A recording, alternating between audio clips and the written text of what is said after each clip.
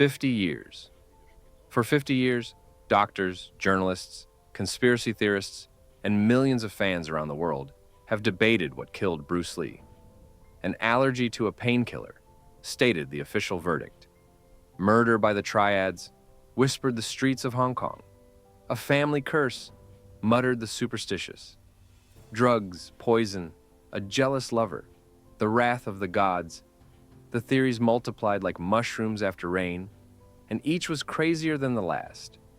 And then, in 2022, a group of Spanish nephrologists, kidney specialists, not kung fu experts, published an article in the authoritative medical journal, Clinical Kidney Journal, and proposed an explanation so simple, so banal, and so frightening that it turned everything upside down. Bruce Lee may have died from water, ordinary drinking water. But before you decide this is nonsense, let me tell you one detail, a small, cosmetic, almost funny detail, that possibly triggered the chain reaction which killed the most dangerous man on the planet. In the early 70s, Bruce Lee had the sweat glands in his armpits removed. For aesthetics. To look better on camera without a shirt. Remember this, because by the end of this story, you will understand that this procedure, not a pill, not a triad, and not a curse, could have been the first domino in the chain that led to his death. But to understand why this theory makes sense, we need to go back. Not to the death itself, but to the body. To Bruce Lee's body, which was simultaneously his greatest weapon and, as it turns out, his greatest vulnerability. Let's start with what Bruce Lee did to his organism, because it fits no standard of normal. His training regimen was, to put it mildly, inhuman. He trained for 6 to 8 hours a day, every day, without days off. His program included running, strength exercises, bag work, sparring, stretching, and, this is interesting, electrical muscle stimulation. He literally hooked electrical devices to his body to force muscles to contract with a frequency and intensity unattainable through regular training. In the 1970s, this was experimental technology. Bruce used it as a routine tool. His diet changed constantly because he treated nutrition as a scientific experiment. He drank protein shakes, a mixture of powdered milk, eggs, bananas, peanut butter, and brewer's yeast, long before the sports nutrition industry even existed. He experimented with ginseng, royal jelly, vitamin complexes in huge doses. Did he take steroids? There is no direct proof, but several biographers noted that his muscle mass and body fat percentage, about 6 to 7%, were physiologically suspicious for a man of his build without pharmacological support. However, this is speculation. What is not speculation is that Bruce treated his body like a machine. And like any machine, he drove it at maximum revs, constantly. And here appears a detail that for a long time seemed just a curious fact from his biography, but in light of the 2022 study, acquires a completely different meaning. Sometime in the early 70s, the exact date is unknown, Bruce Lee underwent a procedure to remove the apocrine sweat glands in his armpits. Scientifically, this is called surgical excision of sweat glands. Why? The answer is absurdly simple: sweat. Bruce filmed without a shirt in almost all his movies. His torso was his calling card, sculpted, dry, with perfectly defined muscles. Wet spots in the armpits spoiled the picture. So he solved the problem radically. He cut out the glands. From a cosmetic standpoint, a brilliant decision. From a physiological standpoint, a potential catastrophe. But more on that in a minute. Now let's transport ourselves to 1973, the last year of Bruce Lee's life. A year in which everything was going incredibly well, and simultaneously incredibly badly. On the professional front, Bruce was at his absolute peak. The Big Boss and Fist of Fury broke all records in Asia. The Way of the Dragon, a film he wrote, directed, and starred in himself, became the highest-grossing Hong Kong film in history. And ahead was Enter the Dragon, the first joint project of Hollywood and Hong Kong, a film with a budget of $850,000, which was supposed to make Bruce a global superstar. Warner Brothers finally paid attention to him. The dream he wrote down in his famous note in 1969 to become the first highest-paid Oriental superstar was within arm's reach, but the body was sending signals, alarming signals.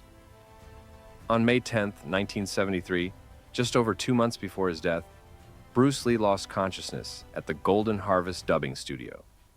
He was working on dubbing Enter the Dragon when he suddenly felt a monstrous headache, nausea, and began convulsing. He was rushed to the Hong Kong Baptist Hospital. Diagnosis: cerebral edema, brain swelling. Bruce Lee's brain was literally expanding inside his skull. Doctors stabilized his condition, administered mannitol, an osmotic diuretic that reduces intracranial pressure, and within a few hours, Bruce regained consciousness. Neurosurgeon Dr. Peter Wu conducted an examination and stated that the patient's brain looked normal. The cause of the collapse could not be established. Bruce was told to rest. He nodded and went back to work. Here is what is striking. A healthy 32-year-old man in phenomenal physical shape loses consciousness due to brain swelling. And no one, not a single doctor in 1973, asked the simple question, how much water does he drink? But we are getting ahead of ourselves. Let's return to the chronology. After the May incident, Bruce, according to close associates, looked weaker than usual. He lost weight. His weight was already low, about 61 to 63 kilograms, at a height of 172 centimeters. But by the summer of '73, according to some data, it fell to 54 kilograms. He complained of headaches. He looked exhausted. But he continued to work. Filming for Game of Death was in full swing. The promotional tour for Enter the Dragon required his constant presence. He couldn't stop, didn't want to stop. And July 20th arrived. The official timeline of the last day of Bruce Lee's life looks like this. In the afternoon, he met with producer Raymond Chow at his home in Kowloon Tong to discuss an upcoming dinner with Australian actor George Lazenby, a former James Bond, whom they planned to involve in Game of Death. Then, they went together to the apartment of Betty Ting Pei, a Taiwanese actress. There, they continued discussing the script. At some point, Bruce complained of a headache. Betty Ting Pei offered him an equagesic tablet, an analgesic containing aspirin and meprobamate, a tranquilizer. Bruce took the pill and lay down to rest. Raymond Chow left for dinner, agreeing that Bruce would join later. Bruce did not join. When Betty tried to wake him, he did not wake up. An ambulance was called. At Queen Elizabeth Hospital, he was pronounced dead on arrival. Time of death: approximately 11 o'clock in the evening on July 20th, 1973. The autopsy was performed by pathologist R.R. Lysette of Queen Elizabeth Hospital, and the findings were later confirmed by Professor R.D. Tayari, who was specially invited from London, given the magnitude of the situation. The autopsy results: brain mass was 1,575 grams. The normal brain mass of an adult male is approximately 1,400 grams. Bruce Lee's brain was 13% heavier than normal. It was literally bloated with fluid. Cerebral edema. The same diagnosis as in May, only this time, fatal. The official verdict of the coroner's court: death by misadventure, caused by acute cerebral edema due to hypersensitivity to meprobamate, that is, to a component of equagesic. In other words, an allergic reaction to a headache pill killed Bruce Lee. This verdict stood for 50 years, and all this time it raised questions, serious questions. First and most obvious, Bruce Lee had taken equagesic before, repeatedly. He never had an allergic reaction. Why, suddenly on July 20th, 1973, did one pill become fatal? Second question: the brain swelling in May happened without any equagesic. If the cause of death is an allergy to a specific drug, what caused the identical symptom 2 months earlier? Third question: Traces of cannabis were found in Bruce's brain during the autopsy. A small amount, but enough to record. Meprobamate. Cannabis. Headaches. 2 episodes of brain swelling in 2 months. Something here doesn't add up to a simple picture of an allergic reaction. And then, in March 2022, Spanish scientists enter the stage. A group of nephrologists, led by Dr. Ricardo Largaspada from the University Hospital of Madrid, published an article with a title that sounds like a detective novel headline. Who Killed Bruce Lee? The Hyponatremia Hypothesis. The article appeared in Clinical Kidney Journal. This is not the yellow press or a conspiracy blog, but a peer-reviewed scientific journal published by Oxford University Press. These people knew what they were doing. Their hypothesis was simultaneously shocking and elegant. Bruce Lee didn't die from a pill, not from an allergy, not from a curse, and not from the Triads.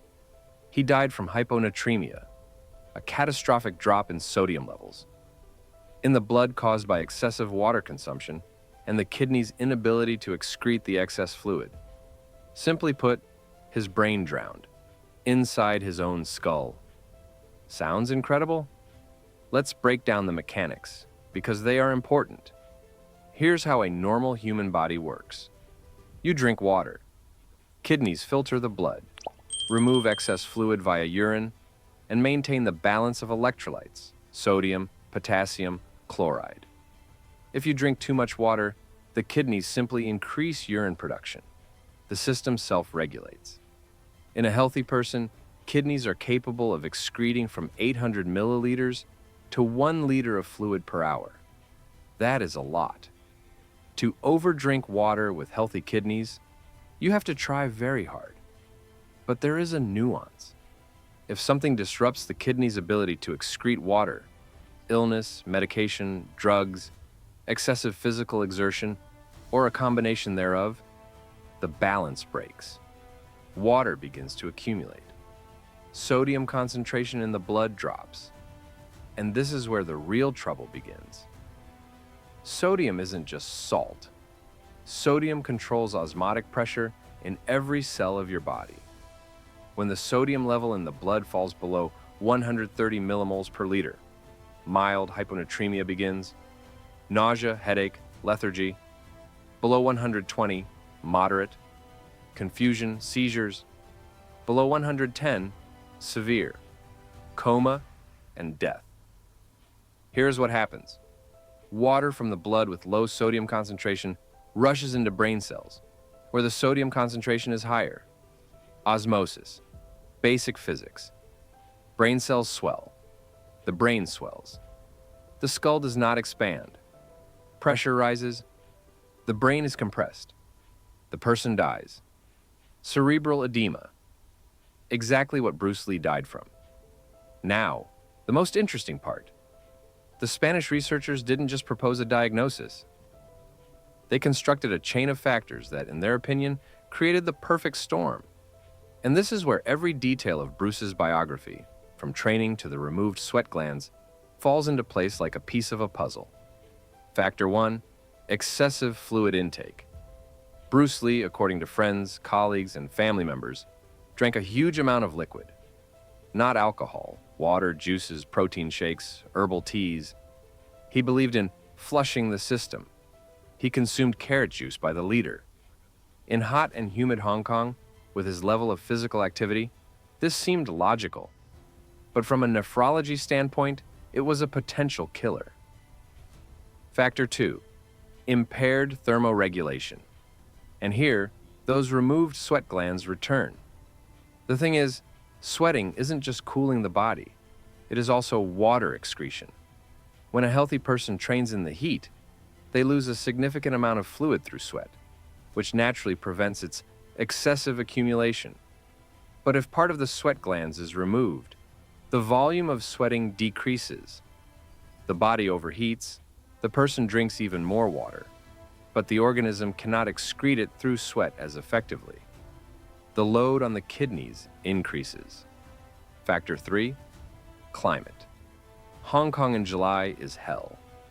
temperature 32 to 35 degrees, with humidity of 80 to 90%. In such conditions, the body desperately tries to cool down. Sweating increases, but for Bruce, it was compromised. Thirst intensifies.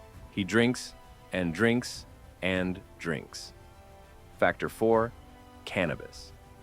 This might seem unexpected, but marijuana and traces of cannabis were found both at the autopsy and after the May incident, affects the antidiuretic hormone. According to some data, cannabis can stimulate the release of vasopressin, a hormone that forces kidneys to retain water instead of excreting it. If Bruce regularly used cannabis, and many sources confirm that he did, mostly for relaxation after training, his kidneys might have been working less effectively. Factor 5. Meprobamate and aspirin. The Equagesic that Betty Ting Pei gave Bruce on the final evening contained meprobamate, a tranquilizer which, according to some data, can also affect water balance. Aspirin in high doses is capable of reducing the glomerular filtration rate in the kidneys. This is not an allergy in the traditional sense. It is yet another factor that additionally burdened an already overloaded system. Factor 6. Chronic overtraining. The scientists pointed out that extreme physical exertion in itself can impair kidney function. Rhabdomyolysis, the breakdown of muscle fibers during excessive training, leads to the release of myoglobin into the blood, which damages kidney tubules. Bruce trained like a man possessed. His body wasn't just at the limit, it was beyond the limit. And now, put it all together. A man with partially removed sweat glands lives in a tropical climate. He trains for 8 hours a day. He drinks a huge amount of fluid. He regularly uses cannabis, which forces kidneys to retain water. His kidneys are already overloaded due to extreme exertion. And to top it all off, he takes a drug that additionally slows down fluid excretion. The result? The sodium level in the blood drops below the critical threshold. The brain begins to swell. The person falls asleep and does not wake up. And here is what I want you to realize for a second. If this theory is correct, and it is published in a peer-reviewed scientific journal and based on available medical data, then Bruce Lee wasn't killed by one specific thing. He was killed by a combination of factors, each of which individually was either harmless or seemed reasonable. Drinking a lot of water, normal. Training, healthy. Removing sweat glands, a cosmetic trifle. Smoking marijuana, a personal choice. Taking a painkiller for a headache, a common thing. But together, in a specific combination, under specific conditions, death. This is the true horror of hyponatremia. It sneaks up. It doesn't strike with one blow. It accumulates. And by the time the symptoms become obvious, it is often too late. Moreover, the Spanish scientists drew attention to the May incident, that collapse in the dubbing studio, and suggested that it was the first serious episode of hyponatremia. Not a separate event, but a warning bell. Bruce's body was already telling him then, something is fatally broken in your water balance. Doctors in 1973 couldn't recognize this. Nephrology then didn't know what it knows today. Hyponatremia as a distinct clinical phenomenon only began to be truly studied in the 80s and 90s, largely thanks to cases of death among marathon runners who drank too much water during races. Yes, marathon runners died from water. Healthy, trained people. This is not a joke and not hyperbole. In 2002, 28-year-old runner Cynthia Lucero died during the Boston Marathon from hyponatremia. In 2007, during the radio contest, Hold Your Wee for a Wee in California, 28-year-old Jennifer Strange died after drinking about 7 liters of water in 3 hours. Her kidneys simply couldn't handle it. These cases happened 30 to 40 years after Bruce's death. In a world where medicine already knew about hyponatremia, and still, people perished. Imagine what happened in 1973 when this diagnosis wasn't even considered. Now, let's honestly talk about the weak points of this theory. Because without this, any investigation is just propaganda. The main problem: we do not have data on the exact sodium level in Bruce Lee's blood at the time of death. Such an analysis was not performed. In 1973, a standard autopsy did not include detailed electrolyte analysis. The pathologist recorded brain edema and the presence of meprobamate, and stopped there. Without specific numbers on sodium content, the entire theory of the Spanish scientists remains just that, a hypothesis. Elegant, logical, well argued, but a hypothesis. Second problem: we don't know exactly how much water Bruce drank in the final days and hours of his life. Testimonies of friends and family are not medical documentation. When someone says he drank very much fluid, that could mean 3 liters a day or 10 liters. The difference is between normal and a lethal dose. Third problem: brain mass. Yes, 1,575 grams is above normal. But how specific is this to hyponatremia specifically? Brain edema can be caused by dozens of reasons: infection, trauma, allergic reaction, toxic exposure. The fact of edema itself does not prove a specific mechanism. And yet, and here's the strength of this theory, it explains what previous versions could not.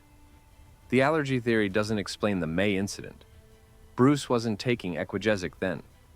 The poison theory doesn't explain why a poisoner would wait 2 months between the first and second attempts. The Triad theory doesn't explain why the most powerful criminal organization in Asia would choose such an unreliable and strange method of killing.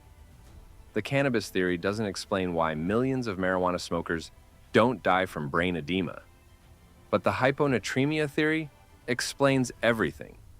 It explains the May collapse as the first episode. It explains the chronic headaches, a classic symptom of mild hyponatremia. It explains the weight loss. With hyponatremia, the body can paradoxically lose muscle mass. It explains why a healthy young man could die from one painkiller pill. Not because the pill killed him, but because it was the last drop, pardon the pun, in a system that was already on the brink. Let me stop here for a second and say something personal. Forget about Bruce Lee for a minute. Think about yourself. How much water did you drink today? Have you ever thought that drink more water, this mantra repeated by all fitness bloggers, all dietitians, all health magazines, could be dangerous? Not because water is poison, but because any more without understanding the context is a potential problem. Bruce Lee was arguably doing everything right by the standards of his time. Trained a lot, drank a lot, watched his body, and this right killed him. If that isn't a reason to stop and think, I don't know what is.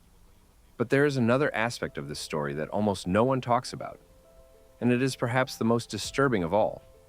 Bruce Lee knew something was wrong with him. He knew it at least since May 1973, since that collapse in the dubbing studio. He was losing weight. He felt weakness. He was tormented by headaches that were previously unfamiliar to him. The man who could deliver a kick with such speed that a camera shooting 24 frames per second couldn't capture it. This man complained of fatigue. And what did he do? He underwent a medical examination, a full one, in Hong Kong and in Los Angeles. Cardiogram, normal. Blood tests, within normal limits. X-ray, clean.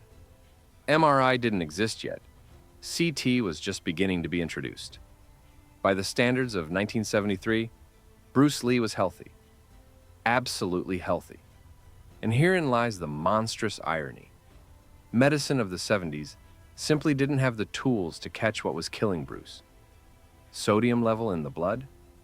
Yes, it could be measured. The technology existed. But it didn't occur to anyone to check it. Because no one, neither in Hong Kong nor in Los Angeles, linked brain edema to water balance.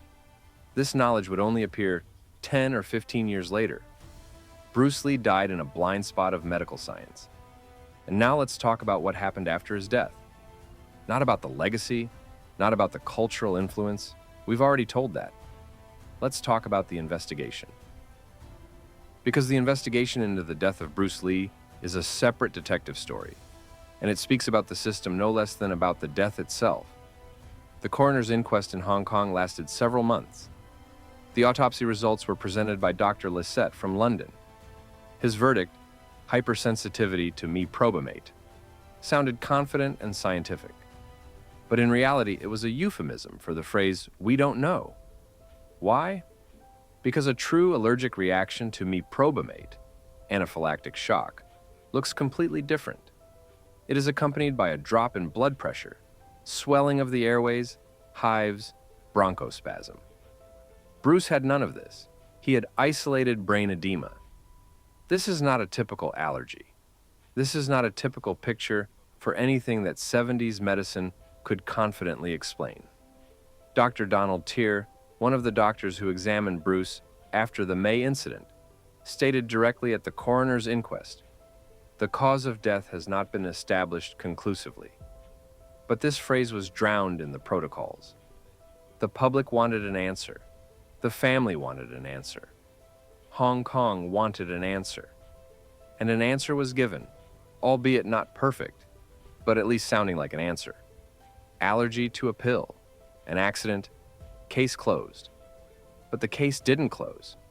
It lived on, in rumors, theories, books, and endless arguments. The first wave of alternative versions came almost immediately. Chuck Norris, Bruce's friend and sparring partner, publicly stated that he believed the cause of death was a reaction to a muscle relaxant Bruce was allegedly taking for back pain. A plausible version, but unprovable. Bob Wall, an actor and karateka who starred with Bruce in Enter the Dragon, hinted at drugs. Linda Lee, Bruce's widow, furiously rejected any versions linked to drugs and stuck to the official version, allergy, all her life. The second wave, conspiratorial, appeared in the 80s and 90s.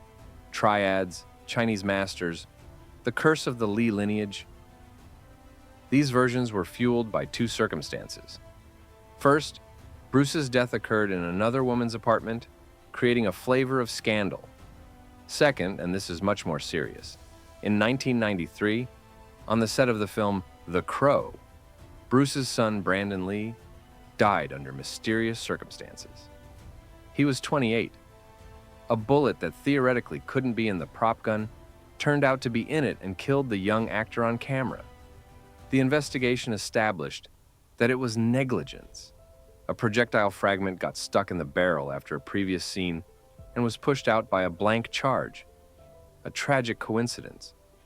But for conspiracy theorists, there are no coincidences. The father died at 32. The son at 28. Both at the peak of their careers. Both under circumstances not fully clarified. A curse. The rational part of the brain says, there is no curse. There is dangerous work. There is human error. There are medical conditions that were not understood in their time. But the emotional part, the part that makes us human, whispers, too many coincidences. Too many. And the third wave, scientific, began in 2022 with that very article by Spanish nephrologists. And it is, perhaps, the most convincing, precisely because it doesn't claim absolute truth. The authors of the article write directly, "We cannot prove our hypothesis with absolute certainty because the necessary laboratory data was not collected in 1973. This honesty, paradoxically, makes their arguments stronger, not weaker. They aren't selling a sensation. They are offering an explanation." And their explanation, among other things, raises a question relevant far beyond the story of one man. How many people throughout history died from conditions that medicine of the time simply didn't know how to recognize? How many mysterious deaths of kings, generals, artists, scientists actually had perfectly rational medical explanations that became available only decades or centuries later? Mozart died at 35 from fever. Modern doctors suggest streptococcal infection, kidney failure, mercury poisoning, or trichinosis. We will never know for sure. Alexander the Great died at 32, exactly like Bruce. and versions range from malaria to poisoning and typhoid fever. Napoleon, according to one theory, died from stomach cancer, aggravated by chronic arsenic poisoning from the wallpaper in his room on St. Helena. Wallpaper. The green pigment used in wallpaper back then contained arsenic. No one knew about this, just as no one in 1973 knew that excess water could kill. The history of medicine is a history of blind spots, and Bruce Lee possibly fell into one of the most treacherous ones. Let's now put it all together and look at the big picture, because there is something more in this story than a medical detective mystery. Bruce Lee spent his entire conscious life trying to control his body. He turned it into a perfect instrument. He knew every muscle, every tendon, every reflex. He could strike with such precision that he hit a target the size of a coin at full speed. He could do push-ups on 2 fingers of one hand. He could perform a kick faster than the human eye is capable of registering movement. But he couldn't control the sodium level in his blood. He couldn't control the osmotic pressure in his brain cells. He couldn't control what was happening at the molecular level, where muscles, speed, and philosophy have no meaning whatsoever. His own philosophy, be like water, acquires a grim, almost mystical shade in this context. The water he urged people to be, the water he drank, the water that filled his brain, perhaps it was exactly what killed him. The man who built an entire worldview around the metaphor of water might have perished from its excess. If that isn't irony of a cosmic scale, I don't know what is. And so we return to that small cosmetic procedure I mentioned at the very beginning. Removal of sweat glands. For aesthetics. To not sweat in front of the camera. A decision that at the moment of making seemed absolutely insignificant. Who would have thought that sweat glands in the armpits, tiny, invisible, unrelated to strength, speed, or martial arts, could become one of the bricks in the wall that ultimately collapsed on its creator? But that is exactly the lesson. Not medical, human. We all make decisions that seem insignificant. Small compromises, little conveniences, cosmetic adjustments, and most of them truly mean nothing. But sometimes, rarely, unpredictably, cruelly, one small decision becomes the first link in a chain that leads to catastrophe. Not because the decision was bad, but because we cannot calculate all the consequences. No one can. Even the man who controlled his body better than anyone on the planet. You know what is the most paradoxical thing about this whole story? If the hyponatremia theory is correct, and it, I repeat, is the most scientifically grounded hypothesis to date, then Bruce Lee wasn't killed by any of those dramatic causes discussed for half a century. Not poison, not betrayal, not a mystical curse, not Hollywood intrigues. He was killed by physics, osmosis, a basic law taught in 7th grade middle school. Water molecules moved from a zone of low sodium concentration to a zone of high concentration through the membranes of his brain cells, and it was impossible to stop it. The greatest fighter of the 20th century lost the fight to molecules. And in this, there is neither drama, nor villainy, nor conspiracy. There is only biology. Cold, indifferent, relentless biology. But perhaps that is why this version didn't appear for so long. People need villains. People need conspiracies. People need a story in which there is a culprit, a person, an organization, fate, to say, he died because he drank too much water and his kidneys couldn't handle it. That is not a story. That is a diagnosis. And diagnoses don't sell movie tickets, don't fill forms, and don't spawn legends. But the truth is rarely cinematic. The truth is usually quiet, uncomfortable, and disappointing. And in the case of Bruce Lee, the truth might lie in the fact that the most impressive machine nature ever created out of a human body was broken not by lightning, not by a bullet, and not by a curse, but by an electrolyte imbalance. On July 20th, 1973, Bruce Lee's brain weighed 1,575 grams, 175 grams more than normal. 175 grams of water that ended up where it shouldn't have been. A glass. One glass of extra water in the brain. That is the whole difference between life and death for the most famous fighter in history. Be water, my friend, he wrote in one of his notebooks. Water that takes the shape of the vessel. Water that can flow or it can crash. Water that gives life and takes it away. He knew this better than anyone. He just didn't know how literal his own advice would turn out to be. So here's what I want to ask you. For 50 years, the world searched for Bruce Lee's killer among mobsters, enviers, mystical forces, and pharmaceutical companies. But the killer, perhaps, turned out to be ordinary water and a decision made for the sake of a beautiful image on screen. If this is true, does it change anything for you? Does his death become less tragic because it was possibly not dramatic, but simply biological? Or conversely, does this very banality make it the most frightening of all versions? Because one can hide from a conspiracy, one can buy off a curse, but one cannot hide from one's own body.